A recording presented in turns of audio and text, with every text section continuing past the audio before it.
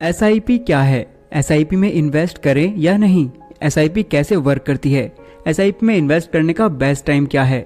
हम में से बहुत से लोगों को इन्वेस्टिंग तो करनी होती है, बट हमें मार्केट की इनफ नॉलेज नहीं है। हमारे पास टाइम भी कम है, हम अपने इमोशंस को कंट्रोल नहीं कर पाते और अक्सर गलत डिसीजंस ले लेते हैं।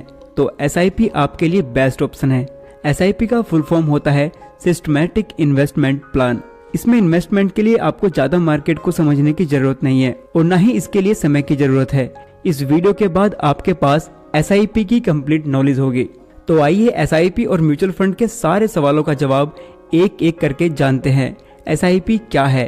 एसआईपी एक इन्वेस्टमेंट स्ट्रेटजी है जिसकी हेल्प से आप म्यूचुअल फंड्स के जरिए स्टॉक्स में इन्वेस्ट कर सकते हैं। बेसिकली होता क्या है, हम इन्वेस्ट के लिए एक एक्सपर्ट का सहारा लेते हैं। अपने पैसे हम एक एक्सपर्ट को देते हैं जो अपना टाइम और नॉलेज लगाकर हमारे पैसों को अच्छी कंपनीज में इन्वेस्ट करता है, जिसके बदले में वो आपके प्रॉफिट का कुछ हिस्सा अपने पास रख लेता है और बचे हुए प्रॉफिट्स आपको दे देता है। अगर वो एक्सपर्ट लॉस करता है तो उसे आपको कुछ नहीं देना होगा, लेकिन फिर भी आप उसकी फीस के बारे में थोड़ा जान लें। फर्स्ट ऑफ ऑल आप अपने म्यूचुअल फंड्स को सिलेक्ट करें, फिर अपनी एसआईपी बनाओ। इसका मतलब हर महीने आपको म्यूचुअल फंड्स में एक फिक्स अमाउंट इन्वेस्ट करनी होगी। मान लो आप हर महीने 1000 रुपए इन्वेस्ट करना चाहते हो, तो आप अपने फंड्स में ऑटो डेबिट लगाओ, जिससे हर महीने आपकी एसआईपी आपके बैंक अकाउंट से हर महीने डेबिट होती रहेगी। इससे आपको एसआईपी के लिए बार बार देखना नहीं होगा, आप आराम से अपनी जॉब कर सकते हैं। कौन से फंड्स बेस्ट हैं? म्यूचुअल फंड्स दो तरह के होते हैं, एक्टिवली म्यूचुअल फंड्स और index mutual funds. Actively mutual funds में एक एक्सपर्ट लगातार मार्केट की मूवमेंट के हिसाब से इन्वेस्ट करता रहता है। दूसरी तरफ आप इंडेक्स म्यूचुअल फंड्स में पैसा लगाकर भूल जाते हैं और 10 से 15 सालों के बाद निकालते हैं। इस फंड में आप देश की टॉप 50 कंपनीज में इन्वेस्ट करते हो। आप ये एज्यूम करके चलते हो कि किसी भी देश की टॉप 50 कंपनीज किसी भी कंडीशंस में बेस्ट परफॉर्म करेंगी ही करेंगी। इंडिया के इंडेक्स फंड को निफ्टी 50 कहा जाता है। यहाँ पर आप सोच रहे होंगे कि एक्टिवली म्यूचुअल फंड्स बेस्ट हैं क्योंकि वहाँ एक्सपर्ट लगातार देख रहा है तो इससे ज्यादा रिटर्न्स देखने को मिलेंगे, बट ऐसा नहीं है। हाँ, शॉर्ट टर्म्स में वो इंडेक्स फंड से ज्यादा रिटर्न्स दे सकता है, बट लॉन्ग टर्म्स में index fund are best. Warren Buffett खुद कहते हैं अगर उन्हें अपनी इन्वेस्टिंग जर्नी फिर से शुरू करनी हो तो वे इंडेक्स फंड से ही शुरू करेंगे। एक स्टडी में पाया गया कि पिछले 20 सालों में 85 actively mutual funds index fund को बीट नहीं कर पाए। एसआईपी की हेल्प से आपको कितना रिटर्न मिल सकता है? आपको कितना रिटर्न मिलना है ये 3 फैक्टर्स पर डिपेंड करता है। नंबर 1, आप कितने रुपए मार्केट में लगाते हो, जितना ज्यादा पैसा उतने ज्यादा रिटर्न। नंबर 2, आप कितने टाइम के लिए मार्केट में पैसा लगाते हो। अगर आप एक बार पैसा लगाकर 1-2 महीने में ही निकाल लेते हो तो आपके लॉस होने के चांसेस लगभग 95% हैं। अगर आप 5 to 10 ईयर या उससे ज्यादा टाइम के लिए वेट करते हो तो उससे आपको अच्छे खासे रिटर्न देखने को मिलेंगे। नंबर 3, मार्केट कंडीशंस कैसी हैं, इसे आप कंट्रोल भी नहीं कर सकते। हाँ, अगर आपको लॉस हो रहा है तो आप स्किप मत करना। 5 to 10 ईयर वेट करना तो आपको डेफिनेटली प्रॉफिट ही होगा, यानी आपका रिस्क नियर टू जीरो हो जाता है। मोस्ट इंपोर्टेंट, आपके रिटर्न्स आपके पेशेंस पर डिपेंड करते हैं। अपने फंड्स को विड्रॉल करने से पहले एग्जिट लोड पीरियड चेक कर लें। फॉर एग्जांपल, इस फंड में अगर हम 1 साल से पहले फंड विड्रॉल करते हैं तो हमें एग्जिट लोड प्लस 15% टैक्स अपने प्रॉफिट पर देना होगा, और अगर हम 1 साल के बाद एग्जिट करते हैं तो हमें कोई एग्जिट लोड नहीं देना, सिर्फ अपने प्रॉफिट पर 10% देना होगा, वो भी जब प्रॉफिट 1 लाख से ज्यादा हो। म्यूचुअल फंड्स में आप 2 तरह से इन्वेस्ट कर सकते हो, लमसम और एसआईपी। लमसम में आप एफडी की तरह एक बार में ही अपने पैसों को लगाकर छोड़ देते हो, और एसआईपी में आप थोड़ी थोड़ी राशि हर महीने इन्वेस्ट करते रहते हो। अब सवाल आता है, लमसम करें या एसआईपी? मान लो आपके पास 10 लाख रुपए बैंक अकाउंट में पड़े हैं, तो भी क्या आपको 5000 रुपए की ही एसआईपी हर महीने करनी चाहिए? किसी भी डिसीजन पर पहुंचने से पहले थोड़ा जान लेते हैं। अगर किसी वजह से मार्केट अंडर वैल्यूड है, जैसे कि ईयर 2020 में लॉकडाउन के टाइम पर हुआ था, मार्केट अचानक क्रैश कर गई और बहुत ज़्यादा अंडर वैल्यूड चली गई, तो उस टाइम पर लमसम करना बेस्ट स्ट्रेटजी थी। अब ऐसा टाइम कब आएगा ये कोई नहीं बता सकता, और अगर आप मार्केट के ओवर वैल्यूड होने पर इन्वेस्ट करते हो तो आपको लॉस ही होगा। और दूसरी तरफ अगर आप हर महीने 5000 रुपये एसआईपी करते हो, एक महीने मार्केट ऊपर गया, आपने 5000 रुपये डाले, आपको थोड़े कम यूनिट मिले, फिर दूसरे महीने मार्केट नीचे आया तो भी आपने 5,000 रुपये डाले, आपको ज़्यादा यूनिट्स मिले। ऐसे करके आप कंपनीज को उनके एवरेज प्राइस पर खरीद रहे होते हो, जब वो ना ही अंडर वैल्यूड है और ना ही ओवर वैल्यूड। इस तरह SIP से आपको एवरेज रिटर्न्स देखने को मिलते हैं। अगर आपको फिर से कोविड जैसा एक मौका मिल जाए जब मार्केट या निफ्टी 50 की कोई कंपनी तेजी से नीचे गिरती दिखाई दे, तब आप उसमें लमसम इन्वेस्ट कर सकते हो।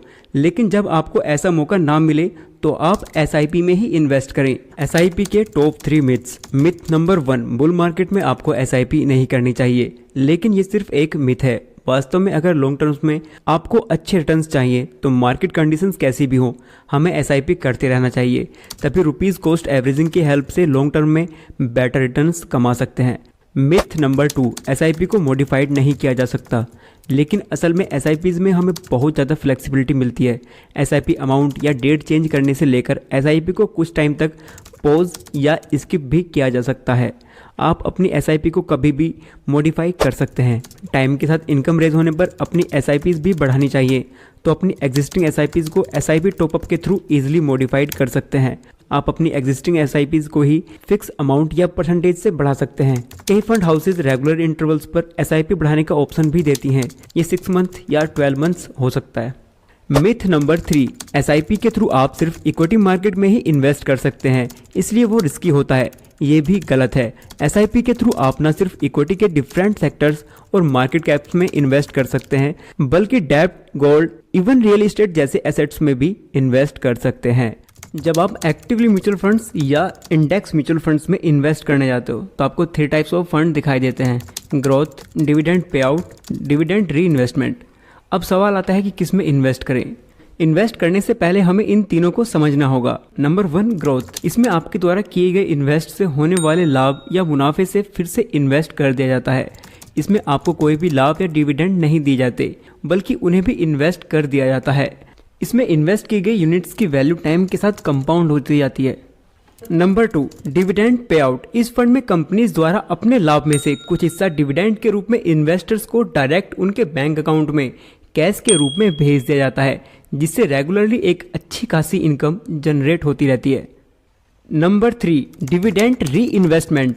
इस फंड में डिविडेंड तो दिए जाते हैं, बट कैश में ना देकर उन डिविडेंड से म्यूचुअल फंड्स की एक्स्ट्रा यूनिट्स परचेज कर ली जाती हैं।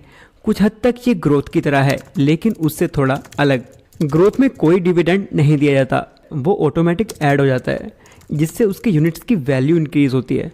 बट री इन्वेस्टमेंट में आपको डिविडेंड देखने को मिलता है। 6 या 1 साल के अंदर आपको डिविडेंड मिल जाता है, जिससे उस फंड की एक्स्ट्रा यूनिट्स बाय कर ली जाती हैं। चलो इसे एक एग्जाम्पल से समझते हैं। मान लो आपने डिविडेंड री इन्वेस्टमेंट ऑप्शन में 50,000 रुपीज़ इन्वेस्ट किए और सेम ग्रोथ ऑप्शन में भी 50,000 रुपीज़।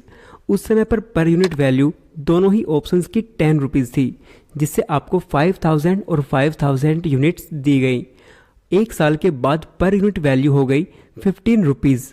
लेकिन डिविडेंड री इन्वेस्टमेंट में आपको 2 रुपीज़ पर यूनिट के हिसाब से डिविडेंड दिया गया, जो होता है 10,000 रुपीज़। लेकिन ग्रोथ ऑप्शन में ऐसा कुछ देखने को नहीं मिलता। डिविडेंड देने के बाद वे 2 रुपीज़ उसकी यूनिट वैल्यू से कम कर लिए गए और डिविडेंड री इन्वेस्टमेंट ऑप्शन की यूनिट वैल्यू हो गई 13 रुपीज़ और वहीं ग्रोथ ऑप्शन की यूनिट वैल्यू हुई 15 रुपीज़।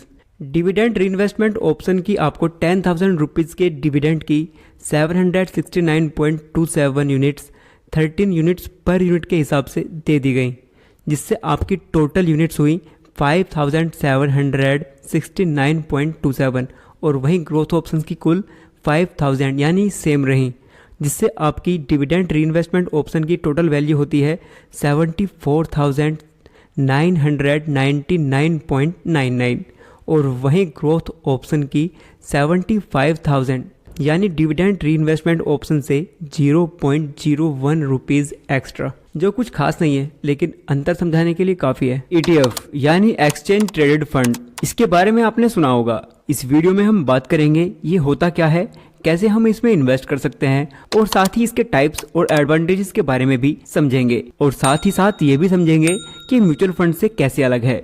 ETF क्या है? ETF एक इन्वेस्टिंग मेथड है।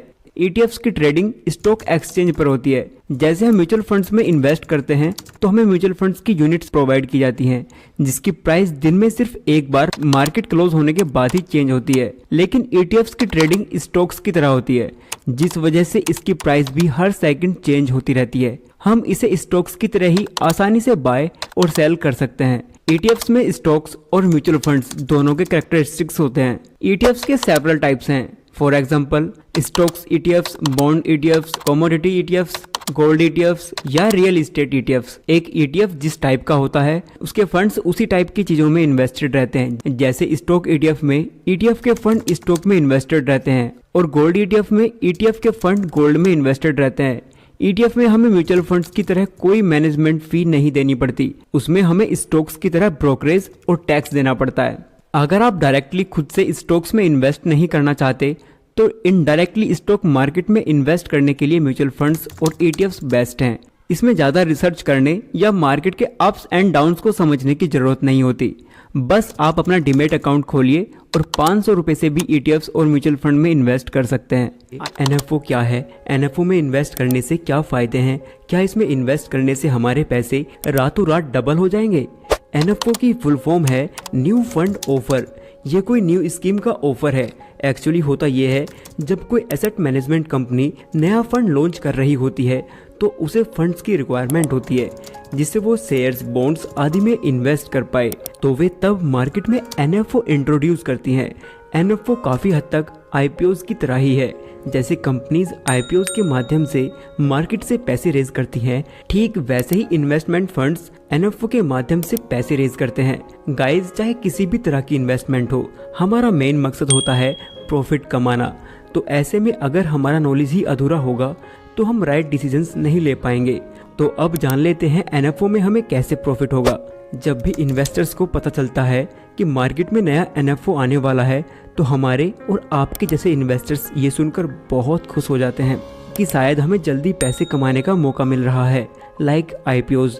क्योंकि मोस्टली NFO की NAV ₹10 पर यूनिट होती है, जो कि इन्वेस्टर्स को काफ़ी अट्रैक्ट करती है।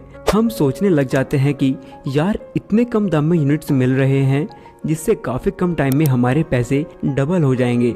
बट NAV का प्रॉफिट से कोई लेना देना नहीं होता, बल्कि इस बात से होता है कि जिस इन्वेस्टमेंट फंड में तुम इन्वेस्ट कर रहे हो वो कितने % के रिटर्न्स देगा। मतलब आपका प्रॉफिट फंड्स की परफॉर्मेंस पर डिपेंड करेगा, ना कि NAV पर। NAV चाहे 10 हो, 100 हो या 1000, इससे कोई खास फर्क नहीं पड़ता। NAF कोई रातों रात पैसे डबल करने वाली स्कीम नहीं है। जैसा कि मैंने एक्सप्लेन किया है, आपका प्रॉफिट NAV पर नहीं, परफॉर्मेंस पर डिपेंड करता है। तो आपको किसी ऐसे फंड या NFO की तलाश करनी चाहिए जिसका ट्रैक रिकॉर्ड अच्छा हो, जिसका पास्ट परफॉर्मेंस ब्रिलियंट हो। दोस्तों, अगर आपको ये इन्फॉर्मेशन अच्छी लगी हो तो वीडियो को लाइक करें और आप इस वीडियो को आउट ऑफ 10 कितना रेट करोगे हमें कमेंट कर बताओ।